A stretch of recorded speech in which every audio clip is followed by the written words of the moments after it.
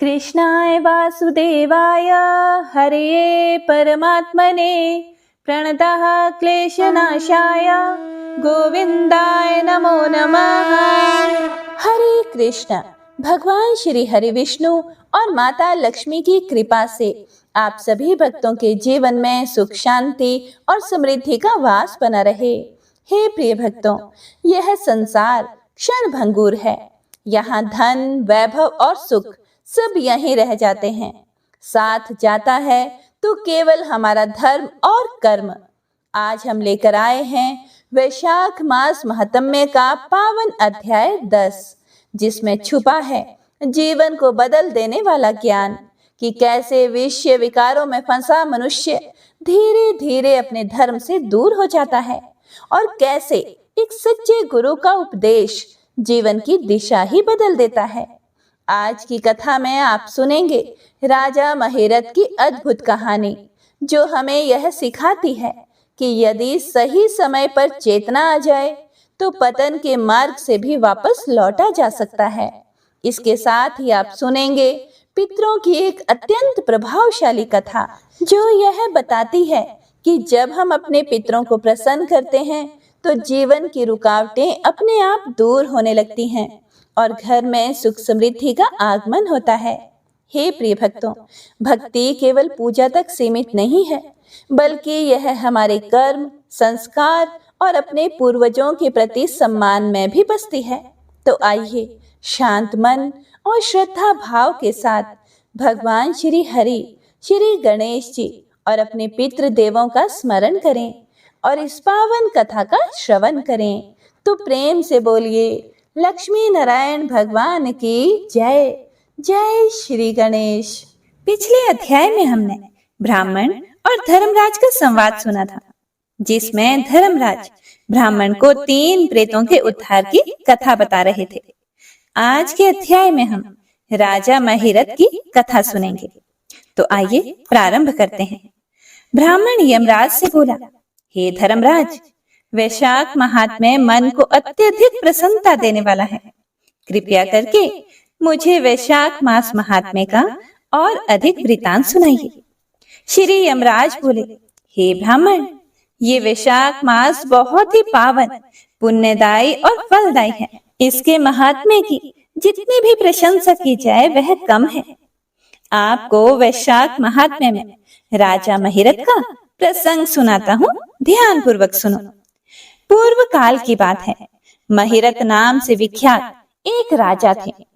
उन्हें अपने पूर्व जन्म के पुण्यों के फल स्वरूप प्रचुर ऐश्वर्य और संपत्ति प्राप्त हुई थी, परंतु राजा राज्य लक्ष्मी का सारा भार मंत्री पर रखकर स्वयं विषय भोग में आसक्त हो रहे थे। वे ना प्रजा की ओर दृष्टि डालते थे और ना ही धन की ओर। धर्म और अर्थ का काम भी कभी नहीं देखते थे। उनकी वाणी तथा उनका मन कामनियों की क्रीड़ा में ही आसक्त रहता था। राजा के पुरोहित का नाम कश्यप था। जब राजा को विषयों में रमते हुए बहुत दिन व्यतीत हो गए, तब पुरोहित ने मन में विचार किया। उन्होंने मन में सोचा कि जो गुरु मोहवश राजा को अधर्म से नहीं रोकता, वह भी उसके पाप का भागी होता है। यदि समझाने पर भी राजा अपने पुरोहित के वचनों की अवहेलना करता है, तो पुरोहित निर्दोष हो जाता है। उस दशा में राजा ही सारे दोषों का भागी होता है। यह सोचकर उन्होंने राजा से धर्मानुकूल वचन कहा। कश्यप जी बोले, हे राजन, मैं तुम्हारा गुरु हूँ, इसीलिए धर्म और अर्थ से युक्त मेरे वचनों को सुनो। राजा के लिए यही सबसे बड़ा धर्म है कि वह गुरु की आज्ञा में रहे। गुरु की आज्ञा का आंशिक पालन भी राजाओं की आयु, लक्ष्मी तथा सौख्य को बढ़ाने वाला है। तुमने दान के द्वारा कभी भी ब्राह्मणों को तृप्त नहीं किया, भगवान श्री विष्णु की आराधना नहीं की, कोई व्रत भी नहीं किया, न तपस्या की तथा तीर्थ भी नहीं किया। हे महाराज, कितने खेद की बात है कि तुमने काम के अधीन होकर कभी भी भगवान के नाम का स्मरण तक नहीं किया।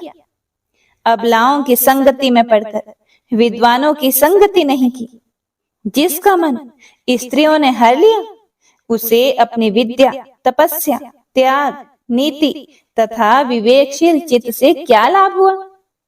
एकमात्र धर्म ही सबसे महान और श्रेष्ठ है, जो मनुष्यों के बाद भी साथ जाता है। शरीर के उपयोग में आने वाली अन्य जितनी भी वस्तुएं हैं, वे सभी यहीं नष्ट हो जाती हैं। धर्म की सहायता से ही मनुष्य दुर्गति से पार होता है। हे राजन, क्या तुम नहीं जानते कि मनुष्यों के जीवन का विलास जल की उताल तरंगों के समान चंचल और अनित्य है, जिनके लिए विनय ही पगड़ी और मुकुट है, सत्य और धर्म ही कुंडल है तथा त्याग ही कंगन है। उन्हें जड़ आभूषणों की क्या आवश्यकता है? मनुष्य के निर्जीव शरीर को ढेले और काट के समान पृथ्वी पर फेंक उसके बंधु बांधव मुंह फेर कर चल देते हैं। केवल धर्म ही उसके पीछे पीछे जाता है। हे राजन, सब कुछ जा रहा है, आयु प्रतिदिन क्षीण हो रही है तथा यह जीवन भी लुप्त होता जा रहा है। ऐसी अवस्था में भी तुम उठकर भागते क्यों नहीं? स्त्री, पुत्र आदि कुटुंब, शरीर तथा द्रव्य संग्रह, ये सब पराये हैं, अनित्य हैं, किंतु पुण्य और पाप ही अपने हैं। जब एक दिन सब कुछ छोड़कर तुम्हें विवशता पूर्वक जाना ही है, तो तुम अनर्थ में फंसकर अपने धर्म का अनुष्ठान क्यों नहीं करते? मरने के बाद उस दुर्गम पथ पर अकेले कैसे जा सकोगे, जहां ना ठहरने के लिए स्थान है, ना ही खाने योग्य अन्न और ना पानी, ना राह खर्च और ना ही राह बताने वाला कोई गुरु ही है। यहाँ से प्रस्थान करने के बाद तुम्हारे पीछे कुछ भी नहीं जाएगा, केवल पाप और पुण्य जाते समय तुम्हारे पीछे पीछे जाएंगे। हे प्रिय भक्तों, कश्यप जी आगे राजन से कहते हैं कि इसीलिए अब तुम आलस्य छोड़कर वेदों तथा स्मृतियों में बताए हुए देश और कुल के अनुरूप हितकारक कर्म का अनुष्ठान करो। धर्म मूलक सदाचार का सेवन करो। अर्थ और काम भी यदि धर्म से रहित हो तो उनका परित्याग कर देना चाहिए। दिन रात इंद्रिय विजय रूपी योग का अनुष्ठान करना चाहिए, क्योंकि जितेंद्रिय राजा ही प्रजा को अपने वश में रख सकता है। लक्ष्मी तो अत्यंत ही चतुर रमणी के कटाक्ष के समान चंचल होती है। विनय रूपी गुण धारण करने से ही वह राजाओं के पास दीर्घ काल तक ठहरती है। जो अत्यंत कामी और घमंडी हैं, जिनका सारा काम बिना विचारे ही होता है, उन मूढ़ चेता राजाओं की संपत्ति उनकी आयु के साथ ही नष्ट हो जाती है।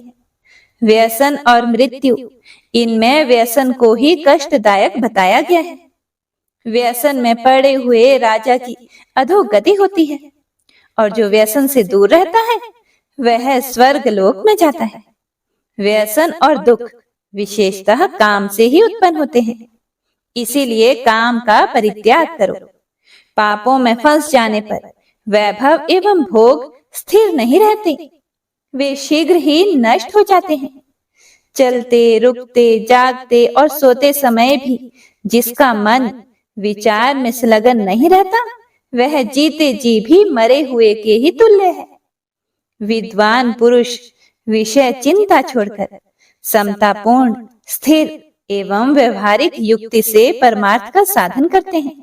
हे राजन, जीव का मन बालक की भांति चपल होता है, इसीलिए उससे बलपूर्वक काम लेना चाहिए। राजन, धर्म के तत्वदर्शी वृद्ध पुरुषों की बुद्धि का सहारा ले परा बुद्धि के द्वारा अपने कुपथगामी चित्त को वश में करना चाहिए। लौकिक धर्म, मित्र, भाई बंधु, हाथ पैरों का चलाना, देशांतर में जाना, शरीर से दुख उठाना तथा तीर्थ के लिए यत्न करना आदि कोई भी परम पद की प्राप्ति में सहायता नहीं कर सकते। केवल परमात्मा में मन लगाकर उनका नाम जप करने से ही उस पद की प्राप्ति होती है। इसीलिए हे राजन, विद्वान पुरुष को उचित है कि वह विषयों में प्रवृत्त हुए मन को रोकने के लिए यत्न करे। यतन से वह अवश्य ही वश में हो जाता है। यदि मनुष्य मोह में पड़ जाए, स्वयं विचार करने में असमर्थ हो जाए, तो उसे विद्वान सुहृदों के पास जाकर प्रश्न करना चाहिए। वे पूछने पर यथोचित कर्तव्य का उपदेश देते हैं। कल्याण की इच्छा रखने वाले को हर एक उपाय से काम और क्रोध का निग्रह करना चाहिए, क्योंकि वे दोनों कल्याण का विघात करने के लिए तत्पर रहते हैं। हे राजन, काम बड़ा बलवान है। वह शरीर के भीतर रहने वाला महान शत्रु है। श्रेय की अभिलाषा रखने वाले पुरुष को उसके अधीन नहीं होना चाहिए। इसीलिए विधि पूर्वक पालन किया हुआ धर्म ही सबसे श्रेष्ठ है। इसीलिए तुम धैर्य धारण करके धर्म का ही आचरण करो। यह श्वास बड़ा चंचल है, जीवन उसी के अधीन है। ऐसी स्थिति में भी कौन मनुष्य धर्म के आचरण में विलंब करेगा? राजन, जो वृद्धावस्था को प्राप्त हो चुका है, उसका मन भी इन निषिद्ध विषयों की ओर से नहीं हटता। हाय, ये कितने शोक की बात है। हे पृथ्वीनाथ, इस काम के मोह में पड़कर तुम्हारी सारी उम्र व्यर्थ बीत गई। अब भी तो अपने हित साधन में लगो। हे राजन, तुम्हारे लिए सर्वोत्तम हित की बात कहता हूँ, क्योंकि मैं तुम्हारा पुरोहित और तुम्हारे भले बुरे कर्मों का भागी हूँ। मुनीश्वरों ने ब्रह्म हत्या, सुरापान, चोरी, गुरु पत्नी गमन आदि महापातक बताए हैं। उनमें से मनुष्यों द्वारा मन, वाणी और शरीर से भी किए हुए जो पाप हैं, उन्हें वैशाख मास नष्ट कर देता है। जैसे सूर्य अंधकार का नाश करता है, उसी प्रकार वैशाख मास पाप रूपी महान अंधकार को सर्वथा नष्ट कर डालता है। इसीलिए तुम विधि पूर्वक वैशाख व्रत का पालन करो। हे राजन, मनुष्य वैशाख मास की विधि के अनुष्ठान द्वारा होने वाले पुण्य के प्रभाव से जन्म भर के किए हुए घोर पापों का परित्याग करके परम धाम को प्राप्त होता है।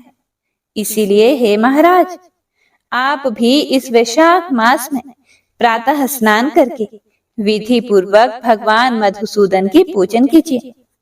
जिस प्रकार कूटने छांटने की क्रिया से चावल की भूसी छूट जाती है, मांजने से तांबे की कालिख मिट जाती है, उसी प्रकार शुभ कर्म का अनुष्ठान करने से पुरुष के अंतःकरण का मल धुल जाता है। राजा ने कहा, सौम्य स्वभाव वाले गुरुदेव, आपने मुझे वह अमृत पिलाया जिसका आविर्भाव समुद्र से नहीं हुआ है। आपका वचन संसार रूपी रोग का निवारण तथा दुर्व्यसनों से मुक्त करने वाला द्रव्य भिन्न औषध है। आपने कृपा करके मुझे आज इस औषध का पान कराया है। हे विप्रवर, सत्पुरुषों का समागम मनुष्यों को हर्ष प्रदान करने वाली, उनके पाप को दूर भगाने वाली तथा जरा मृत्यु का अपहरण करने वाली संजीवनी बूटी है। इस पृथ्वी पर जो जो मनोरथ दुर्लभ माने गए हैं, वे सब यहाँ साधु पुरुषों के संग से प्राप्त हो जाते हैं। जो पापों का अपहरण करने वाली सत्संग की गंगा में स्नान कर चुका है, उसे दान, तीर्थ सेवन, तपस्या तथा यज्ञ करने की क्या आवश्यकता है? हे प्रभु, आज के पहले मेरे मन में जो जो भाव उठते थे, वे सब केवल काम सुख के प्रति लोभ उत्पन्न करने वाले थे। परंतु आज आपके दर्शन से तथा वचन सुनने से उनमें विपरीत भाव आ गया है। मूर्ख मनुष्य एक जन्म के सुख के लिए हजारों जन्मों का सुख नष्ट कर देता है, और विद्वान पुरुष एक जन्म से हजारों जन्म बना लेते हैं। हाय हाय, कितने खेद की बात है कि मुझ मूर्ख ने अपने मन को सदा काम जनित रस के आस्वादन सुख में ही फंसाए रखने के कारण कभी भी कुछ भी आत्म कल्याण का कार्य नहीं किया। अहो, मेरे मन का कैसा मोह है, जिससे मैंने स्त्रियों के फेर में पड़कर अपनी आत्मा को घोर विपत्ति में डाल दिया। जिसका भविष्य अत्यंत दुखमय है तथा जिससे पार पाना बहुत ही कठिन है।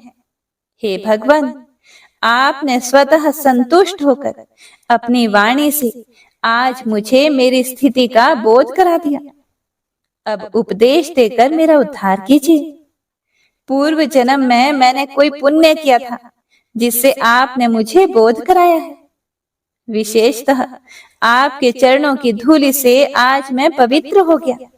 हे वक्ताओं में श्रेष्ठ, अब आप मुझे वैशाख मास की विधि बताइए।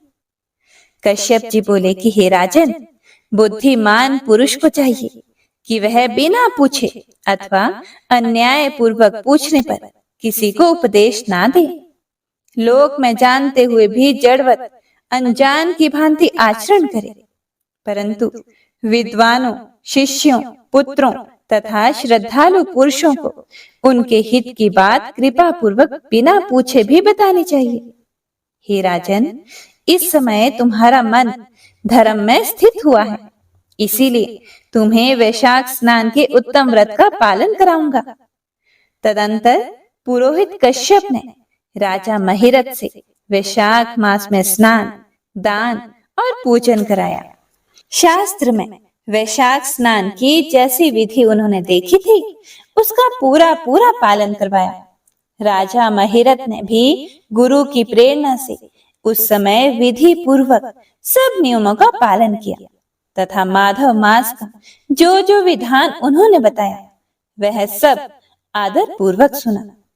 उन राजन ने प्रातः काल स्नान करके भक्ति भाव के साथ पाद्य और अर्घ आदि देकर श्री हरि का पूजन किया तथा नैवेद्य भोग लगाया। आज का अध्याय यहीं समाप्त होता है। इससे आगे का वृतांत आप अगले अध्याय में सुनेंगे। हे प्रिय भक्तों, तो आइए पितरों की बड़ी ही पावन और पवित्र कहानी को सुनते हैं। प्राचीन समय में शिप्रा नदी के किनारे पर तारनपुर गांव में मंगला नाम का एक गरीब किसान अपनी पत्नी के साथ रहता था। मंगला के पिता गांव के बहुत बड़े धनी आदमी थे। जब से उनकी मृत्यु हुई थी, मंगला के ऊपर ना जाने क्यों मुसीबतों का पहाड़ टूट पड़ा था। अब उसके पास थोड़ी सी ही जमीन बची थी, जिस पर वह खेती बाड़ी करके अपना घर चलाता था। घर का गुजर बसर तो जैसे तैसे चल ही रहा था, लेकिन मंगला की कोई संतान नहीं थी। इस बात से वह बहुत ज्यादा दुखी था। जब भी उसकी कोई संतान पैदा होती थी, वह जल्द ही अकाल मृत्यु को प्राप्त हो जाती थी। इस तरह से मंगला के 4 बालक काल का ग्रास बन चुके थे। इस दुख की वजह से मंगला और उसकी पत्नी हमेशा ही दुखी रहते थे। समय के साथ साथ उनकी खुद की बढ़ती हुई उम्र की चिंता भी उन्हें बहुत सताती थी। वे सोचते थे कि हमारे मरने के बाद हमारा अंतिम संस्कार कौन करेगा। उनके जीवन में सुख बिल्कुल भी नहीं था। समय के साथ उनकी परेशानियां बढ़ती ही जा रही थी।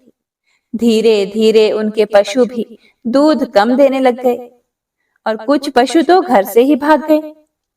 खेत की फसल भी सूखती जा रही थी। वे दोनों पति पत्नी हमेशा सोचते रहते थे कि क्यों हमारे ऊपर इतनी ज्यादा परेशानी आ रही है, क्यों जीवन में इतने दुख हैं। एक समय मंगला ने देखा कि उनके खेत के पास लगा हुआ पीपल का वृक्ष भी सूख रहा है। वे बड़े ही हैरान हुए कि आखिर ऐसा क्यों हो रहा है। बारिश भी अच्छी खासी हो रही है, फिर यह पीपल क्यों सूख रहा है। जीवन में जब परेशानी आती है तभी इंसान आगे पीछे का सोचता है, वरना बाकी समय तो वह यूं ही कलयुग में फंसा हुआ अपने समय को व्यर्थ करता है। अब मंगला भी सोच रहा था कि अब क्या करें, ऐसा क्यों हो रहा है, इन परेशानियों से छुटकारा कैसे पाया जाए। पहले ही जीवन में बच्चा ना होने की वजह से मंगला और उसकी पत्नी पहले ही बहुत दुखी थे। बच्चों का मरना, फसलों का कम उपजना और पीपल का सूखना उन्हें बहुत दुखी और परेशान कर रहा था। वे अपने दुख और संकटों से कैसे बचें, कैसे बाहर निकलें, बस यही सोच विचार कर रहे थे। एक दिन वह दोनों पति पत्नी इसी सोच में डूबे हुए उसी पीपल वृक्ष के नीचे बैठे रो रहे थे। तभी उनके द्वार पर किसी महात्मा ने भिक्षा के लिए आवाज लगाई। मंगला की पत्नी ने महात्मा जी की आवाज सुनी और घर की तरफ गई। महात्मा जी को प्रणाम किया और उन्हें भिक्षा दी। महात्मा जी ने उन्हें आशीर्वाद दिया कि तुम्हारा कल्याण हो। यह आशीर्वाद सुनते ही मंगला की पत्नी ने महात्मा के चरण पकड़ लिए और अपने जीवन के सभी कष्टों को महात्मा जी को बता दिया। तब तक मंगला भी वहां आ गया था। महात्मा जी बोले कि बेटा, तुमने वैशाख के पवित्र महीने में भिक्षा देकर मुझे एक संत को संतुष्ट किया है। तुम्हारे खुद के जीवन में बहुत कष्ट है, फिर भी तुमने बड़ा दिल रखते हुए तुम्हारे पास जो कुछ भी है वह मुझे दे दिया। वैशाख महीने में की गई तुम्हारी संत सेवा व्यर्थ नहीं जाएगी। अब तुम किसी भी प्रकार की चिंता मत करो। तुम्हारे खेत में लगा यह पीपल का वृक्ष ही तुम्हारे सब दुखों का नाश करेगा। मैं तुम्हें जो कुछ भी बताता हूँ उसे ध्यान पूर्वक सुनो। रोज नियम से तुम इस पीपल वृक्ष में जल में थोड़ा सा कच्चा दूध और तिल मिलाकर इस पीपल वृक्ष को सींचना। साथ ही प्रतिदिन संध्या के समय वृक्ष के नीचे तेल का दिया जलाना। लेकिन यह दोनों काम रविवार के दिन मत करना। बाकी के 6 दिन नियम से सुबह शाम पीपल की पूजा करना। साथ ही रोज सूर्य नारायण भगवान को जल अर्पित करना। अमावस्या पर ब्राह्मण को भोजन करवाना और अपने पितरों का तर्पण करना। बस यही कार्य नियम से करो, भगवान तुम्हारा भला करेंगे। ऐसा कहकर महात्मा जी वहां से चले गए। अब मंगला और उसकी पत्नी नियम से पीपल की दोनों समय पूजा करने लगे। सुबह दूध और जल से सींचते, शाम को तेल का दीपक जलाते, सूर्य को जल अर्पित करते, हर अमावस्या को पितरों का तर्पण करते, ब्राह्मणों को भोजन कराते। धीरे धीरे उनके जीवन के संकट कम होने लगे। फसलें भी लहलहाने लगी। पशुओं ने भी खूब दूध देना शुरू कर दिया और जो पशु घर से भाग गए थे वे भी स्वयं ही लौट आए। खेत में लगा पीपल का वृक्ष भी हरा भरा हो गया। हे प्रिय भक्तों, 1 साल के अंदर ही मंगला के घर में नन्ही किलकारी भी गूंज उठी। उन्हें पुत्र रतन की प्राप्ति हुई। उनके जीवन के सभी संकट, सभी दुख परेशानियां खत्म हो गए। अब वे खुशी खुशी अपने पुत्र के साथ रहने लगे। उनके घर की दरिद्रता भी खत्म हो गई थी। कुछ समय के बाद मंगला को वही महात्मा मिले। फिर मंगला उन्हें आदर पूर्वक अपने घर लेकर आया। मंगला की पत्नी और बेटे ने भी महात्मा जी के चरण स्पर्श किए। मंगला बोला कि हे महाराज, आपके आशीर्वाद से ही हमें संतान सुख प्राप्त हुआ है, साथ ही जीवन से दुखों का भी नाश हुआ है। फिर महात्मा जी बोले कि हे बेटा, तुमने वैशाख के पवित्र महीने में संत को प्रसन्न किया था, उसका फल तो तुम्हें मिलना ही था। यह मेरे साथ तुम्हारे पितरों का भी आशीर्वाद है, जिसकी वजह से जीवन में ये खुशहाली आई है। तुम्हारे ऊपर पितृ पूर्वजों का दोष था। पितृ दोष होने पर घर में संतान नहीं होती, सर पर कर्ज चढ़ने लगता है, लक्ष्मी घर से चली जाती है, दरिद्रता का वास होता है, अकाल मृत्यु का भय बना रहता है, घर में नकारात्मक ऊर्जा बनी रहती है, मन कभी भी खुश नहीं रहता। इसीलिए सदैव अपने पितृ पूर्वजों को खुश रखने और उनकी शांति के लिए पीपल देव की पूजा अवश्य ही करनी चाहिए। प्रत्येक मनुष्य को पितरों की शांति के लिए पीपल में जल अर्पित करना चाहिए। इससे पितृ प्रसन्न होते हैं और घर में हर तरह की खुशहाली रहती है और माँ लक्ष्मी का आशीर्वाद भी मिलता है। हे पीपल देव, जैसे मंगला के जीवन में आए कष्ट काटे, उसी तरह इस कहानी को कहने वाले, सुनने वाले और हुंकारा भरने वाले सभी भक्तों के जीवन से कष्टों को काटना, सभी भक्तों पर अपना आशीर्वाद और कृपा बनाए रखना। घर में सुख समृद्धि और शांति देना। तो प्रेम से बोलिए पीपल देव की जय, लक्ष्मी नारायण भगवान की जय, सर्व पितरों की जय। पाप नाशक स्तोत्र के बारे में महात्मा पुष्कर कहते हैं कि मनुष्य चित्त की मलिनतावश चोरी, हत्या, पर स्त्री गमन आदि विभिन्न पाप करता है, पर जब मन कुछ शुद्ध होता है तब उसे इन पापों से मुक्ति की इच्छा होती है।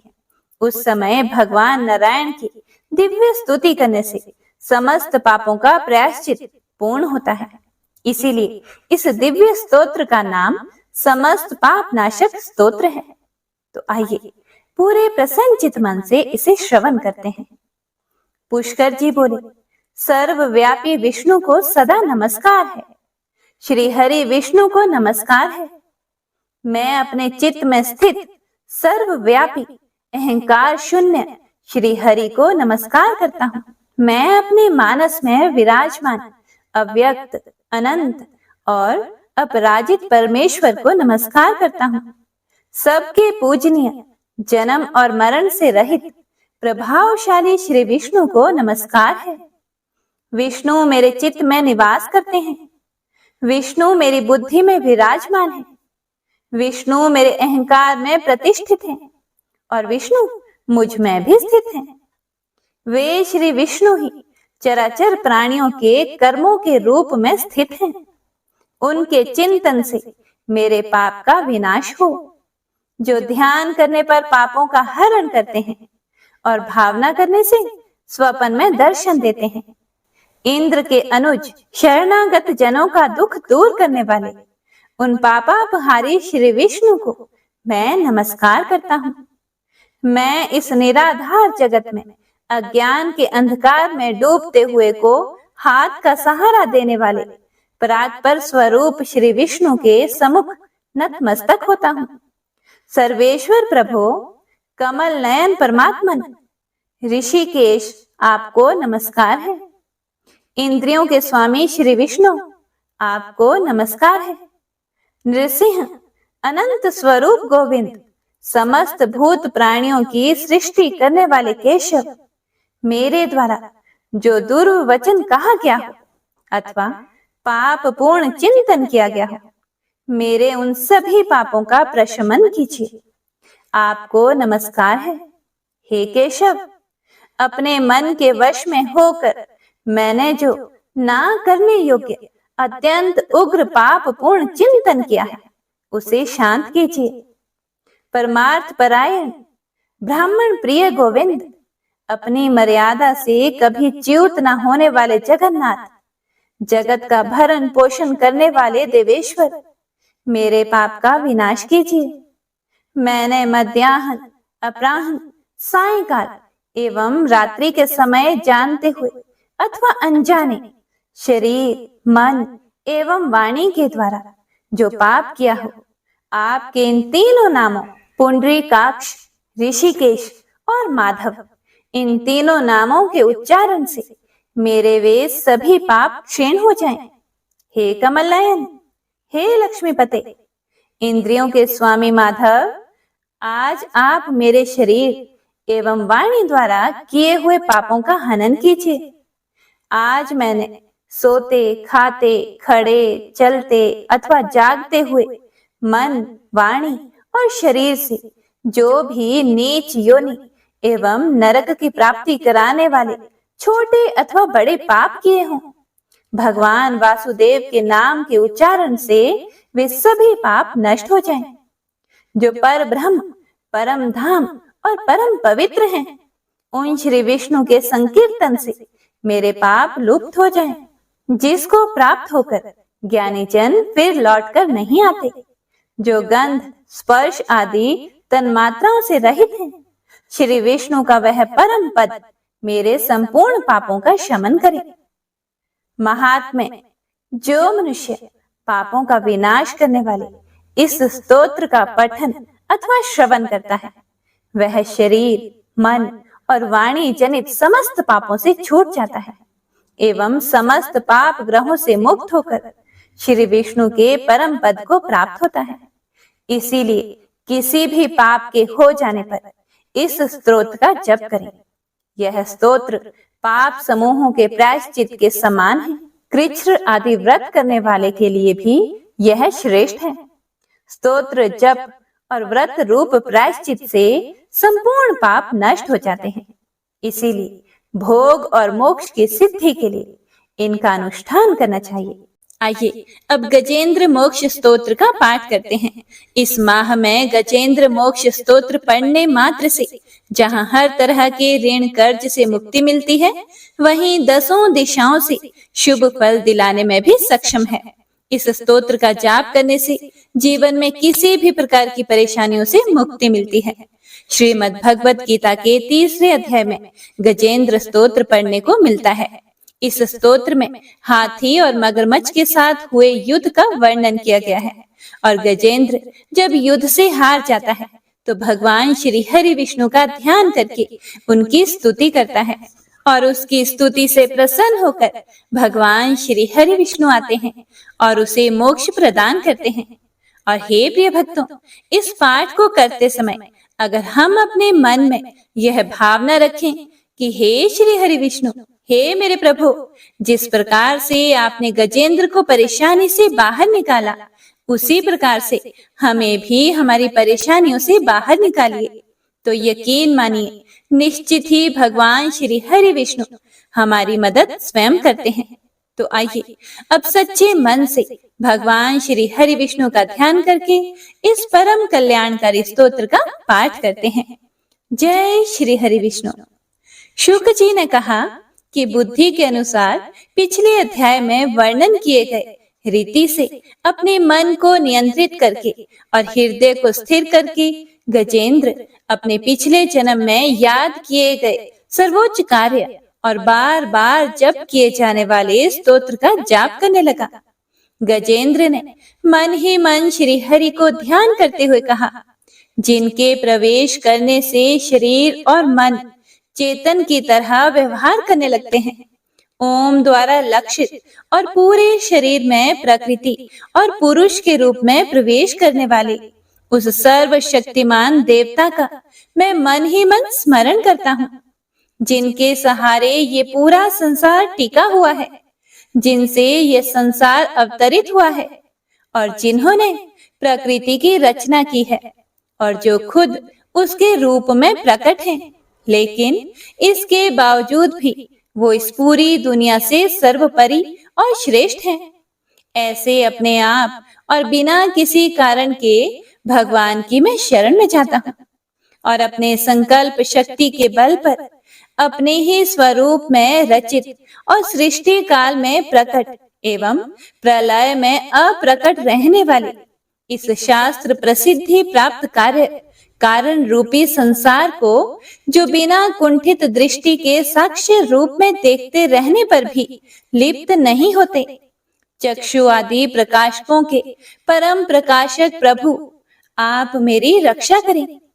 बीतते गए समय के साथ तीनों लोकों और ब्रह्मादि लोकपालों के पंचभूत में प्रवेश कर जाने पर और पंचभूतों से लेकर महत्वपूर्ण सभी कारणों के उनकी परम करुणा स्वरूप प्रकृति में मगन हो जाने पर उस समय दुर्गेय और घोर अंधकार रूपेण प्रकृति ही बच रही थी।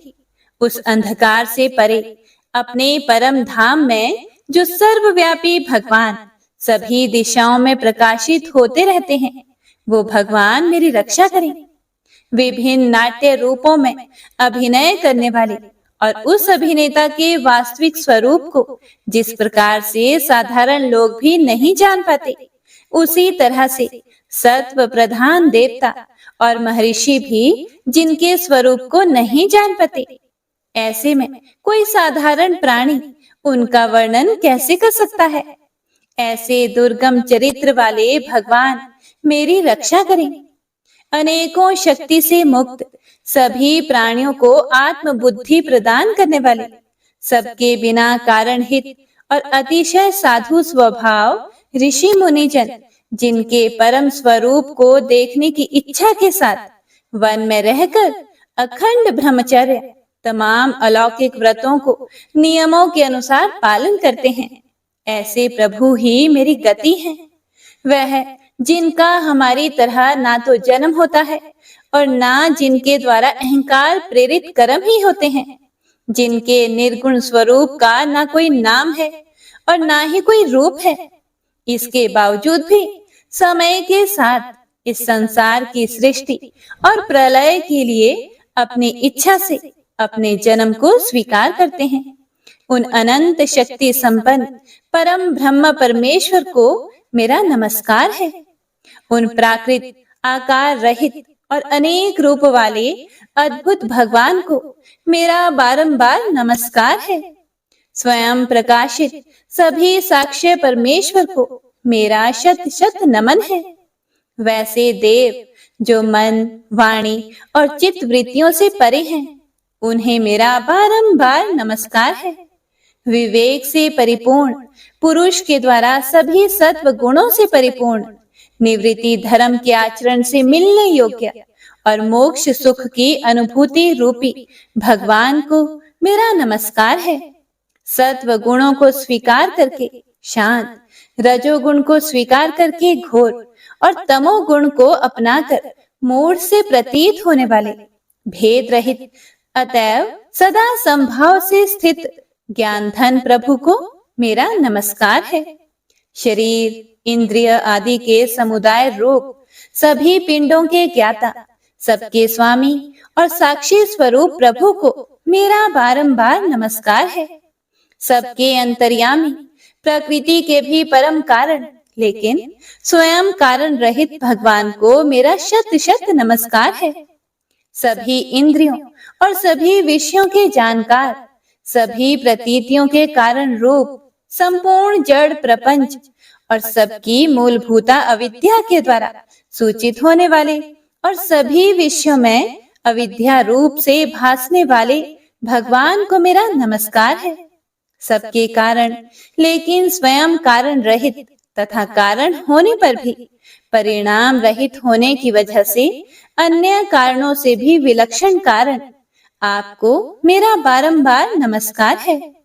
सभी वेदों और शास्त्रों के परम तात्पर्य, मोक्ष रूपी और श्रेष्ठ पुरुषों की परम गति देवता को मेरा नमस्कार है। वह जो त्रिगुण रूपों में छिपी हुई ज्ञान रूपी अग्नि है, वैसे गुणों में हलचल होने पर जिनके मन में संसार को रचने की वृत्ति उत्पन्न हो उठती हो और जो आत्मा तत्व की भावना के द्वारा विधि निषेध रूप शास्त्र से भी ऊपर उठे हों, जो महाज्ञानी महात्माओं में स्वयं प्रकाशित हो रहे हैं, ऐसे भगवान को मेरा नमस्कार है। मेरे जैसे शरणागत पशु के समान जीवों की अविद्या रूप फांसी को पूर्ण रूप से काट देने वाले परम दयालु और दया करने में कभी भी आलस्य नहीं करने वाले भगवान को मेरा नमस्कार है। अपने अंश से सभी जीवों के मन में अंतर्यामी रूप से प्रकट होने वाले सर्वनियंता अनंत परमात्मा आपको मेरा नमस्कार है। जो शरीर, पुत्र, मित्र, घर और संपत्ति सहित कुटुंबियों में अशक्त लोगों के द्वारा कठिनाई से मिलते हों और मुक्त पुरुषों के द्वारा अपने हृदय में निरंतर चिंतित ज्ञान स्वरूप सर्व समर्थ परमेश्वर को मेरा नमस्कार है। वह जिन्हें धर्म, अभिलाषित भोग, धन और मोक्ष की कामना से मनन करके लोग अपनी मनचाही इच्छा पूर्ण कर लेते हैं, अपितु जिन्हें विभिन्न प्रकार के अयाचित भोग और अविनाशी पार्षद शरीर भी देते हैं, वैसे अत्यंत दयालु प्रभु मुझे इस प्रकार की विपदा से हमेशा के लिए बाहर निकालें। वह जिनके एक से अधिक भक्त हैं, जो मुख्य रूप से एकमात्र उसी भगवान की शरण में हैं, जो धर्म, अर्थ आदि किसी भी पदार्थ को नहीं चाहते, अपितु जो केवल उन्हीं के परम मंगलमय एवं अत्यंत विलक्षण चरित्र का गुणगान करते हुए उनके आनंदमय समुद्र में गोते लगाते रहते हैं। उन अविनाशी, सर्वव्यापी, सर्वमान्य ब्रह्मादि के भी नियामक, अभक्तों के लिए भी हमेशा प्रकट होने वाले, भक्ति योग द्वारा प्राप्त अत्यंत निकट होने पर भी माया के कारण अत्यंत दूर महसूस होने वाले, इंद्रियों के द्वारा अगम्य और अत्यंत दुर्विज्ञ, अंत रहित, लेकिन सभी के आदि कारक और सभी तरफ से परिपूर्ण उन प्रभु की मैं स्तुति करता हूँ। वो जो ब्रह्मा सहित सभी देवता, चारों वेद तथा समस्त चराचर जीव नाम और आकृति भेद से जिनके अत्यंत क्षुद्र अंशों से रचे गए हैं, जिस तरह से जलती हुई अग्नि की लपटें और सूरज की किरणें बार बार निकलती हैं और फिर से अपने कारण में ही लीन हो जाती है, उसी प्रकार बुद्धि, मन, इंद्रियां और नाना योनियों के शरीर, जिन सभी गुणों से प्राप्त शरीर जो स्वयं प्रकाश परमात्मा से प्रकट होता है और फिर से उन्हीं में लीन हो जाता है, वह प्रभु जो ना तो देवता है, ना असुर, ना मनुष्य है और ना ही मनुष्य से नीचे किसी अन्य योनि के प्राणी, ना ही वो स्त्री हैं और ना ही पुरुष, ना ही नपुंसक और ना ही वो कोई ऐसे जीव हैं जिनका इन तीनों ही श्रेणी में समावेश है। वो ना तो गुण है, ना कर्म, वो ना ही कार्य है और ना ही कारण। इन सभी योनियों का निषेध होने पर जो बचता है वही उनका असली रूप है और वे ही सब कुछ हैं। ऐसे प्रभु मेरा उत्थान करने के लिए प्रकट हो। अब मैं इस मगरमच्छ के चंगुल से आजाद होने के बाद जीवित नहीं रहना चाहता। इसकी वजह ये है कि मैं सभी तरफ से अज्ञानता से ढके इस हाथी के शरीर का क्या करूं? मैं आत्मा के प्रकाश से ढक देने वाले अज्ञानता से युक्त इस हाथी के शरीर से मुक्त होना चाहता हूँ, जिसका काल क्रम से अपने नाश नहीं होता, बल्कि ईश्वर की दया और ज्ञान से उदय हो पाता है। इस प्रकार से मोक्ष के लिए लालायित संसार के रचयिता स्वयं संसार के रूप में प्रकट, लेकिन संसार से परे, संसार में एक खिलौने की भांति खेलने वाले, संसार में आत्म रूप से व्याप्त, अजन्मा, सर्वव्यापी एवं प्रापत्य वस्तुओं में सर्वश्रेष्ठ श्री हरि का केवल स्मरण करता हूँ और उनकी शरण में जाता हूँ, जिन्होंने भगवत भक्ति रूपी योग के द्वारा कर्मों को जला डाला है, जिन्हें समस्त योगी ऋषि अपने योग के द्वारा अपने शुद्ध हृदय में प्रकट देखते हैं। उन योगेश्वर भगवान को मेरा नमस्कार है। वह जिनके त्रिगुणे शक्तियों का राग, रूप, वेग और असह्य है, जो सभी इंद्रियों के विषय रूप में मौजूद हैं। वह जिनकी इंद्रियां समस्त विषयों में ही बसी रहती है। ऐसे लोगों को जिनको मार्ग मिलना भी संभव नहीं है, वैसे शरणागत एवं अपार शक्तिशाली वाले भगवान आपको मेरा बारंबार नमस्कार है। जिनकी अविद्या नाम के शक्ति के कार्य रूप अहंकार से ढके हुए हैं, वह जिनके रूप को जीव समझ नहीं पाते हैं, ऐसे अपार महिमा वाले भगवान की मैं शरण लेता हूँ। हे प्रिय भक्तों, श्री सुखदेव जी कहते हैं कि वह जिसने पूर्व प्रकार से भगवान के भेद रहित सभी निराकार रूप का वर्णन किया था, उस गजराज के करीब जब ब्रह्मा आदि अन्य कोई भी देवता नहीं आए, जो अपने विभिन्न प्रकार के विशेष विग्रहों को ही अपना रूप मानते हैं, ऐसे में साक्षात विष्णु जी, जो सभी के आत्मा होने के कारण सभी देवताओं के रूप हैं, तब वह वहां पर प्रकट हुए। गजराज को इस प्रकार से दुखी देखकर और उसके पढ़े गए स्तुति को सुनकर चक्रधारी प्रभु इच्छानुसार वेग वाले गरुड़ की पीठ पर सवार होकर सभी देवों के साथ उस स्थान पर पहुंचे जहां वह गज था। गज अर्थात हाथी था।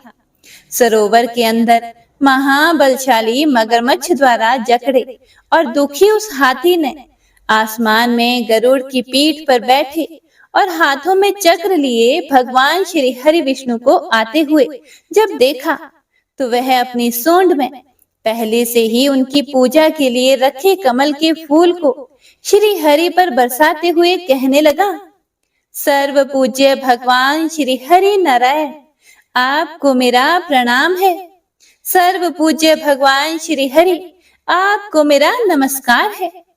लाचार हाथी को पीड़ित देखकर श्री हरि विष्णु गरुड़ से नीचे उतरकर सरोवर में उतर आए और वह दया से प्रेरित होकर ग्राह सहित उस गज को तुरंत ही सरोवर से बाहर निकाल आए और देवताओं के देखते ही देखते अपने चक्र से मगरमच्छ के गर्दन को काट दिया और हाथी को उस पीड़ा से बाहर निकाल लिया। तो इसी के साथ गजेंद्र मोक्ष स्तोत्र संपूर्ण हुआ।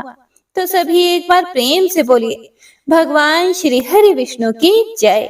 बंशी शोभित कर मधुर नील जलद तन श्याम, अरुण अधर जनु बिंब फल नयन कमल अभिराम, पूर्ण इंद्र अरविंद मुख पीतांबर शुभ साज, जय मन मोहन मदन छवि कृष्ण चंद्र महाराज।